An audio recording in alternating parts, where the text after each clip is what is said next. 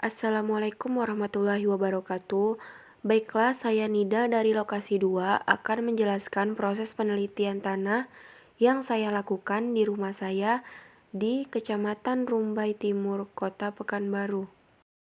Dari hasil pengamatan yang saya lakukan, bahan induk dari tanah ini adalah batuan kuarsa dan bahan organik. Kemudian warnanya merah kekuningan kecoklatan. Kemudian teksturnya berpasir. Struktur dari tanah ini remah.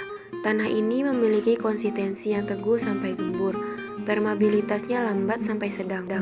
Solum tanahnya terdiri dari lapisan horizon spodik yang tercuci dari horizon A, E, dan horizon B. Kandungan bahan organiknya rendah dan pengakarannya sedikit tercapai. Dari data di atas dapat disimpulkan bahwa tanah di daerah Rumbai Timur merupakan tipe tanah potsolik. Baiklah, itu saja penjelasan penelitian saya. Sekian dan terima kasih. Assalamualaikum warahmatullahi wabarakatuh. Saya Ulfa Zaidatul Afiqah dari lokasi 3 akan menjelaskan penelitian tanah yang sudah saya lakukan, tepatnya di belakang rumah saya, yaitu di Desa Kotoraja, Kecamatan Siak Kecil, Kabupaten Bengkalis. Pada praktikum ini, saya menggunakan metode kualitatif untuk menentukan tekstur tanah dengan cara turun langsung ke lapangan dengan mengambil segumpal tanah dan membentuk bulat,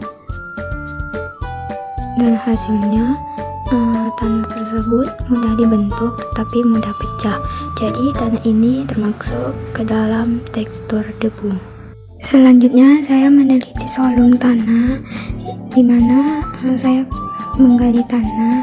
Setelah itu saya ukur menggunakan penggaris dan saya hanya mencapai pada kedalaman 12 cm, tepatnya pada horizon A. Selanjutnya saya akan meneliti konsistensi tanah dengan mengambil sampel tanah, yaitu tanah basah, lembab, dan kering. Di sini saya sudah memiliki tanah kering, tanah lembab, dan tanah basah. Pada tanah basah, ketika saya pegang tanahnya lengket, dan ketika saya coba remukkan menggunakan tangan saya, tanahnya mudah dibentuk dan tidak mudah hancur. Setelah itu tanah lembab. Pada tanah lembab, ketika saya coba remukkan menggunakan telapak tangan saya, tanahnya mudah dibentuk tetapi mudah hancur. Setelah itu tanah kering. Ketika saya coba remukkan menggunakan telapak tangan saya, tanahnya susah untuk dibentuk dan mudah. Selanjutnya permeabilitas tanah, di mana tanah ini tidak jenuh terhadap air.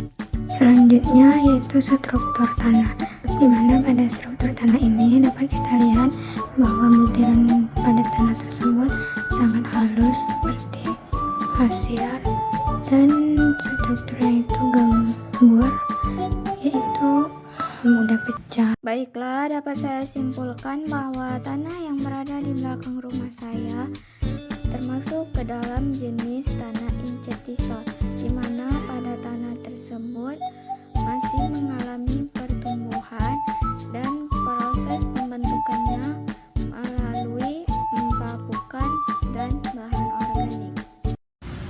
Assalamualaikum warahmatullahi wabarakatuh. Saya Ainil dari lokasi 4. Di sini saya akan meneliti tanah, tepatnya di daerah Bukit Batu, Kabupaten Bengkalis.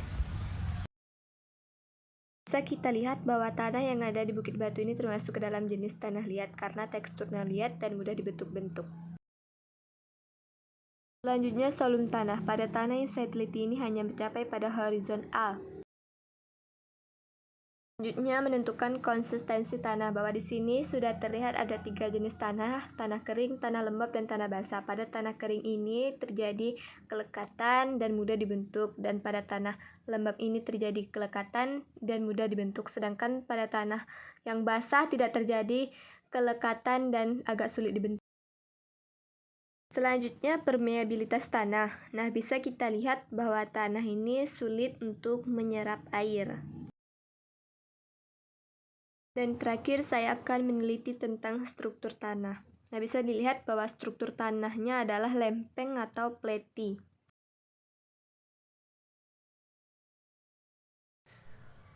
Assalamualaikum warahmatullahi wabarakatuh. Saya Ali Masuri.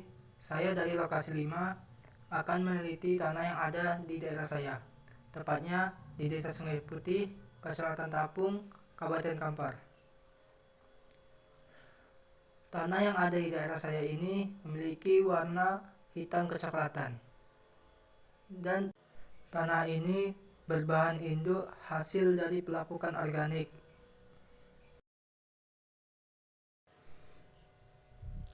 Tanah ini memiliki tekstur yang halus dan sangat mudah untuk dihancurkan. Tanah ini memiliki struktur butiran, dikarenakan tanah ini berbentuk membulat dan memiliki banyak sisi yang berbeda.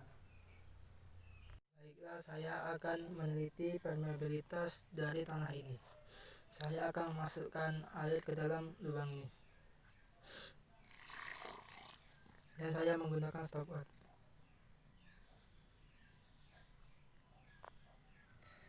Jadi penyerapan air terhadap tanah ini terjadi sekitar 4 menit 2 detik. Konsistensi tanah ini mudah dibentuk, tetapi sangat mudah untuk dihancurkan. Baik, Assalamualaikum warahmatullahi wabarakatuh. Perkenalkan, nama saya Tamam Ervan dari Prodi Pendidikan Geografi kelas 1A. Daerah saya daerah Pekanbaru. Saya di sini akan menjelaskan tentang praktikum tanah. Tanah yang berada di tempat ini di depan rumah saya. Oke, ini dia tanahnya. Tanah ini berstruktur tanah liat, di mana mudah untuk dibentuk. Tapi tanah ini tidak sepenuhnya terdiri dari struktur tanah liat, karena tanah ini terkandung seperti pasir dan sedikit batu, sehingga tanah ini tidak disebut tanah liat, tetapi sebagian besar itu didominasi oleh tanah liat. Nah, tanah ini berstruktur kasar dan partikelnya besar. Dan tanah ini berwarna serempak, tapi partikelnya besar dan perakarannya lumayan banyak. Untuk verbalitasnya sendiri atau daya serapnya, tanah ini dikarenakan memiliki partikel yang besar, jadi mudah untuk menyerap air. Oke, untuk konsekuensinya sendiri, di sini ada tanah yang besar. Konsekuensinya lengket, lembab lebih banyak didominasi oleh tanah liat dan partikelnya besar, karena di situ ada pasirnya, batunya, sehingga mudah untuk menyerap air. Dan tanah ini juga pada keadaan basah juga mudah untuk dihancurkan seperti itu. Dan tanah ini merupakan jenis tanah yang mengandung rendah unsur haranya, tetapi sangat baik untuk digunakan di perkebunan. Baik, terima kasih. Di sini untuk permeabilitasnya sendiri atau daya serap airnya sendiri akan saya hitung dengan stopwatch.